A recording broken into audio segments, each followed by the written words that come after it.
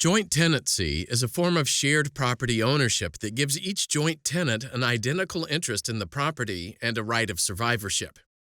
The right of survivorship means that when a joint tenant dies, that tenant's interest automatically passes to the surviving joint tenants. In Jackson v. O'Connell, Illinois' highest court considered whether a conveyance by one of three joint tenants to another severed the joint tenancy completely or only with respect to the interest conveyed. Three sisters, Anna Duffy, Nellie Duffy, and Katherine O'Connell, owned real property as joint tenants with rights of survivorship. Before her death in 1949, Nellie deeded her interest in the property to Anna. 8 years later, Anna died. By the terms of her will, Anna left her interest in the property to four nieces, including Beatrice Jackson. Jackson and the other three nieces filed a partition action against Katherine, the only surviving sister, in the Illinois Circuit Court for Cook County.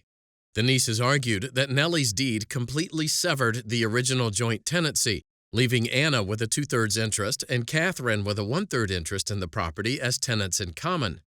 The nieces further maintained that Anna's 2/3 interest passed to them when she died, leaving each niece with a 1/6 interest in the property as tenants in common.